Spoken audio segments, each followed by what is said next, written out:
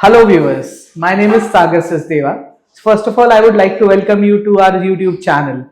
So as you all know that yesterday our new budget is being presented by our Honorable Finance Minister, Ms. Nirmala Sitharaman, right? And I am getting a continuous question from a lot of people, those who buy real estate and wanted to know the impact of the recent budget into the industry.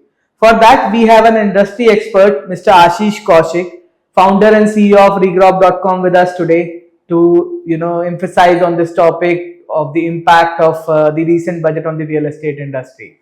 So over to Ashish sir. Hi Ashish sir, welcome to our channel. Thank you, Sagar. Thanks a lot. So today I would request you to first of all present your views towards the recent budget and impact of recent budget to our new to the real estate industry. Over to you, sir. Thanks, Sagar. So this budget is very important in the view that this is Modi 3 first budget, and it is for 9 months only, but it is a very pivotal, very important budget which will tell us how the focus of this government will be for this term. So when we talk about this budget is for real estate, I would say this is a very robust and gives real estate as a sector a very holistic budget for real estate growth. If we see, this government has consistently been focusing on more transparency, more credible, more creditworthiness of real estate sector, and in this view, we will discuss the points which this government, the steps which this government has taken for the betterment of real estate sector. We know that real estate as an industry employs the second biggest workforce after agriculture in India. So real estate as an industry, as a domain, is one of the very important focus points for this government. The government has already in the last previous terms, it has given us GST and RERA, which have improved the real estate sector as a whole, improved the transparency in it. So now we are seeing that the first point which we will discuss is government's push on stamp duty, registries, and the legal documentation of real estate, which is a very important point, because in current scenario the stamp duty has to be rationalized so that the transaction cost of real estate comes down, and the legal hurdles which prevents a common man from investing in real estate has to be sorted. So this push is very important. This is our first point, that this move towards transparency in real estate is extremely important for us. And GIS mapping also, they are implementing GIS mapping for all the legal transactions, all the legalities of a real estate, which is a very welcome step, I would say. Second point is housing for all. Under Prime Minister Awas Yojana for urban development. So they have earmarked almost 10 lakh crore for 3 crore houses to be built. Very nice. In nearby cities.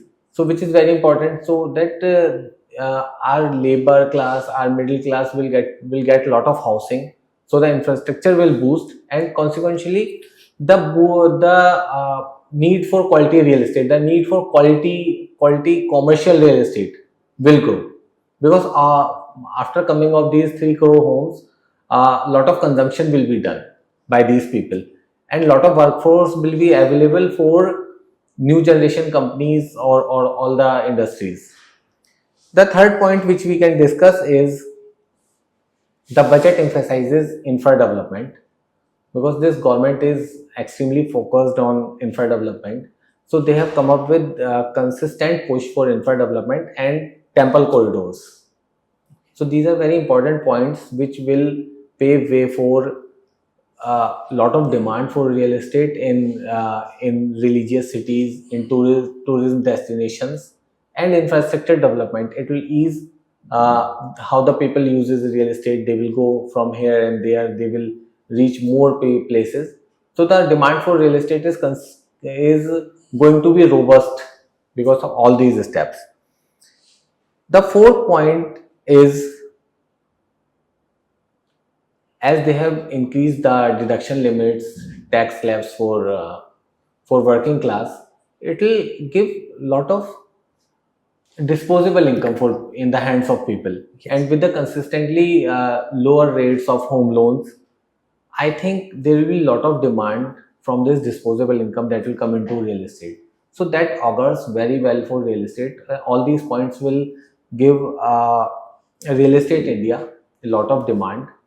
And the final point which we will discuss, and which has been vehemently being discussed since yesterday, we all are getting a lot of calls, that what about this long-term capital gains tax? Correct, correct. So on the primary, if we see the bottom line, this is a difference between 20% long-term capital gains tax on real estate with indexation, Okay. which was linked to inflation, versus flat 12.5%. I would say this is a very important move, and this is a very welcome step by the government to ease this taxation process, which was complex, and one has to go to CA and other people to calculate how much tax he has to give. He has to see the indexation, which was a function of inflation. So in reasonably growth of real estate, which we are witnessing for long in India, and which is gonna be sustainable in near future, I think this tax rate is extremely straightforward, and it will definitely lower the lower the taxation on a normal real estate investor. So all in all, this budget is extremely good.